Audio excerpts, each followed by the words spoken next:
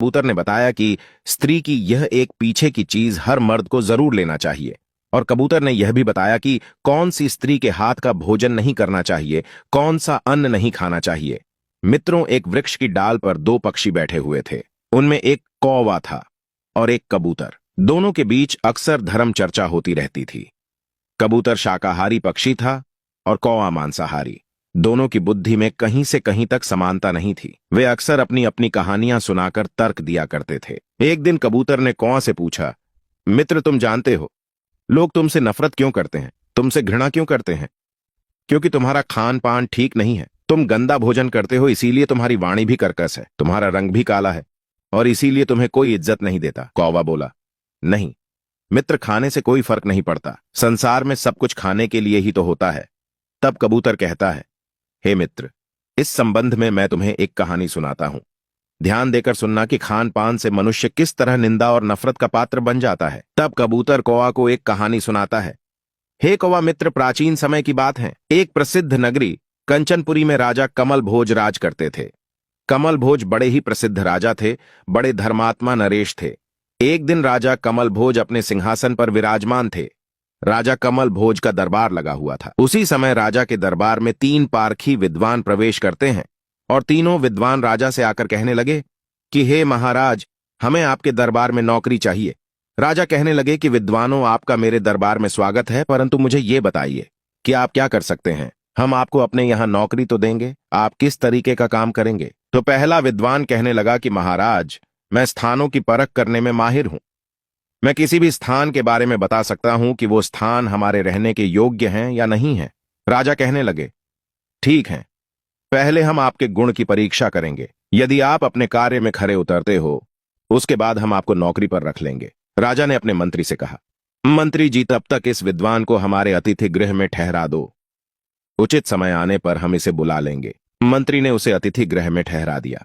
तभी दूसरा विद्वान कहने लगा कि महाराज, मैं अन्न के बारे में बता सकता हूं कि कौन सा अन्न हमारे खाने योग्य है और कौन सा नहीं, कौन सा अन्न उत्तम क्वालिटी का है और कौन सा निम्न क्वालिटी का।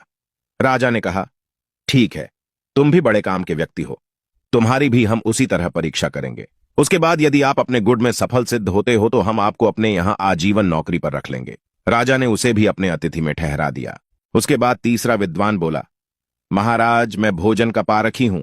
मैं भोजन को देखकर बता सकता हूं कि वो भोजन हमारे ग्रहण करने योग्य है या नहीं है। मित्रों, राजा ने सोचा कि ये भी विद्वान बड़ा काम का है। यदि ये अपने काम में सफल होता है तो हम इसे भी अपने यहां काम पर रख लेंगे। इस प्रकार से राजा ने उन तीनों विद्वानों को अपने यहां अतिथिशाला में ठहरा दिया। धीरे धीरे समय गुजरता चला गया और एक दिन की बात राजा कमल भोज ने कहीं बाहर जाने का निश्चय किया। सोचा, कुछ दिन के लिए हमें घूमना चाहिए। घूमने का विचार बनाया और चलने लगे तो राजा साहब ने जो स्थान पर रखने वाला व्यक्ति था उसे अपने साथ में ले लिया और वहां से जाने लगे। मित्रों, चलते चलते महाराज को किसी स्थान पर शाम का वक्त हो जाता है। महाराज ने मन में विचार किया, रात्रि में अब और आगे जाना उचित नहीं होगा, इसीलिए यहीं पर शिविर लगा लिया जाए और रात यहीं पर व्यतीत करते हैं। सवेरा होगा तो आगे का प्रस्थान करेंगे। तो मित्रों, वो व्यक्ति बोला, महाराज, जैसी आपकी इच्छा, आप जहां ठहरना चाहें, मैं भी आपके साथ वहीं रुक जाऊंगा। तब राजा ने देखा कि वहीं पास में ही एक बड़ा सुंदर गांव था। उस गांव से बाहर एक बहुत शानदार झोपड़ी बनी थी। प्राचीन समय में झोपड़ियां ही ज्यादा होती थीं।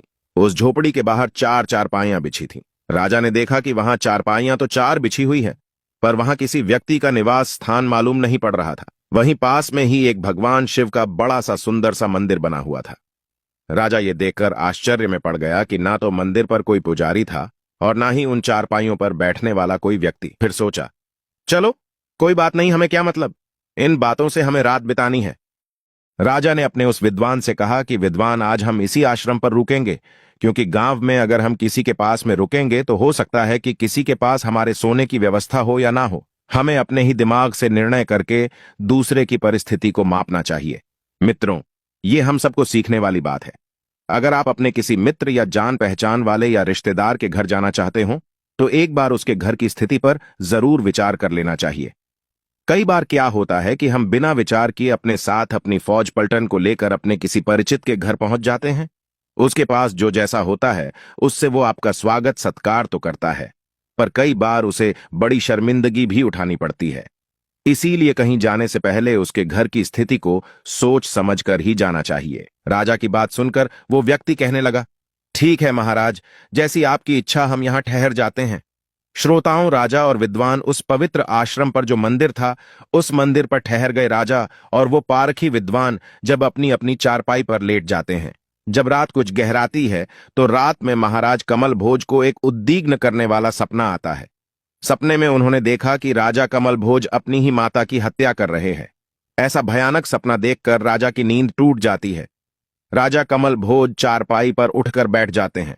उनके चेहरे पर पसीना था, वे बड़े घबराए हुए थे और घबराए हुए स्वर में वे अपने उसी विद्वान को जगाते हैं और उससे कहते हैं, हे विद्वान, हमें इसी समय रात्रि में घर चलना चाहिए।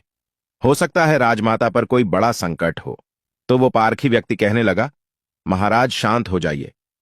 कहने लगा, महाराज, हमें घर चलने की कोई आवश्यकता नहीं है, क्योंकि जो आप सोच रहे हैं नरेश, वो मैं पहले ही जानता हूं। कहने लगा, आप जानते हैं? आप क्या जानते हैं? वो पारखी विद्वान बोला, राजन, आपने जो कुछ उद्विग्न होने वाला स्वप्न देखा है वो इस स्थान का प्रभाव है। आपकी माता पर कोई संकट नहीं है। देखने में तो यहां भगवान शिव का मंदिर है, परंतु हे महाराज, इस मंदिर परिसर में रहने वाले पुजारी ने अपनी माता की हत्या कर दी थी। इसलिए आपको उद्विग्न करने वाला ऐसा सपना दिखाई दिया। यह सुनकर राजा को बड़ा आश्चर्य हुआ। राजा कहने लगा, स्थान का प्रभाव ये कैसे हो सकता है? तब राजा उस पारखी विद्वान की बात का परीक्षण करने के लिए सुबह होते ही प्रातःकाल उस गांव के व्यक्तियों को बुलाता है जो नजदीक में गांव था। उनसे महाराज कमल भोज कहने लगे कि हे गांव के लोगों, ये इतना पवित्र पावन स्थान है, परंतु यहां हमें कोई भी पुजारी, पंडित या कोई आचार्य दिखाई नहीं देता है। यहां कोई रसोई घर भी दिखाई नहीं पड़ता है। जब भगवान शंकर का मंदिर बना हुआ है तो यहां किसी न किसी पुजारी को रहना चाहिए। राजा के पूछने पर गांव के लोगों ने बताया, महाराज, इस मंदिर पर पहले एक पुजारी रहता था। एक दिन पुजारी ने किसी बात पर क्रोध के आवेश में अपनी माता की निर्मम तरह से हत्या कर दी थी। उसी पाप दोष के कारण राजन, ये स्थान अपवित्र हो गया है। हम इस स्थान के दर्शन करने भी नहीं आते हैं। राजा ने जब ये बात सुनी तो अपने साथ आए स्थान की परख करने वाले विद्वान को राजा ने बहुत शाबाशी थी। राजा साहब कहने लगे, भाई, स्थान परखने वाले विद्वान, तुम वाकई में बहुत योग्य हो। अब मैं तुम्हें अपने यहां नौकरी पर रखता हूं। राजा साहब वहीं से उस विद्वान को साथ लेकर अपनी राजधानी को लौट आते हैं। राजा ने घर आकर देखा तो उनकी माता राजमहलों में कुशल पूर्वक थी। मां को देखकर राजा बहुत संतुष्ट हुआ और फिर जाकर अपने राज्य के सिंहासन पर विराजमान होता है। फिर उस स्थान पर रखने वाले विद्वान को बुलाया और भरे दरबार में उसके बारे में राजा साहब कहने लगे कि हे दरबारियों, यहां से जाने के बाद हम किसी स्थान पर ठहरे हुए थे और उस स्थान के बारे में इस विद्वान ने यह बताया कि इस स्थान पर कुछ समय पहले हत्या हुई थी। यह स्थान रहने के योग्य नहीं है, अपवित्र स्थान है, जबकि देखने में भगवान शंकर का वहां मंदिर बना हुआ था।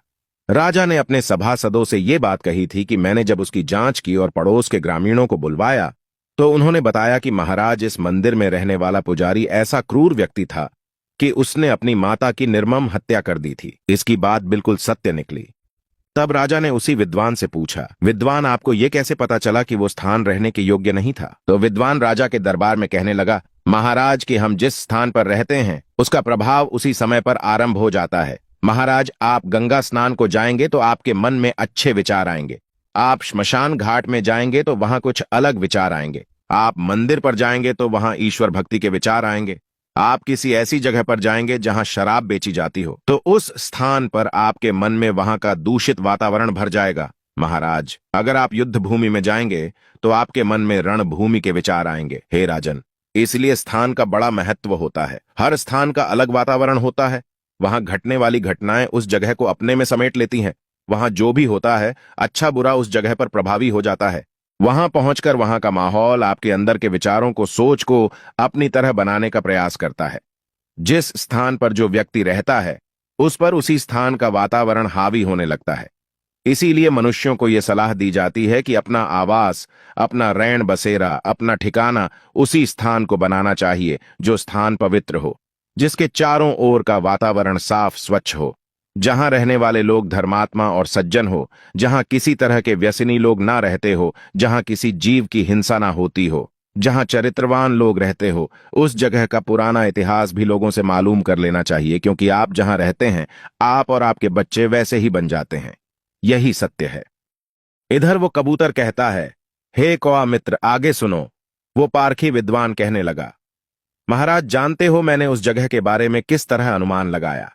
जैसे ही मैंने उस स्थान में प्रवेश किया तो मेरे मन में हत्याएं, अपराध, जघन्यकृत सामने आने लग गए। मेरे विचार बदल गए। मेरे मन में हिंसात्मक बातें आने लगी तो मैं समझ गया कि इस स्थान पर जरूर किसी ने किसी की हत्या की है। उस विद्वान की बात सुनकर राजा बड़े प्रसन्न हुए। राजा ने उसे अपने यहां आजीवन नौकरी दे दी। राजा ने उस स्थान पर रखने वाले की तो परीक्षा ले ली थी, परंतु अब दूसरे विद्वान की बारी थी। मित्रों, राजा का एक प्रसिद्ध व्यापारी था जो राजा के लिए अन्न का भंडारण करता था। एक दिन वो 500 क्विंटल गेहूं लेकर राजा के पास आया और राजा से कहने लगा, राजन, मैं राज्य के लिए 500 क्विंटल गेहूं लेकर आया हूं, परंतु राजन ये अच्छी उत्तम किस्म के गेहूं है, इसलिए इनकी कीमत कुछ ज्यादा देनी पड़ेगी। राजा कहने लगे, ठीक है, बताइए आप कैसे गेहूं लेकर आए हैं। तो राजा ने और राजा के अन्य दरबारियों ने उस अनाज को देखा तो वास्तव में वो अन्न बड़ा ही उत्तम था, चमकदार था और काफी साफ सुथरा था।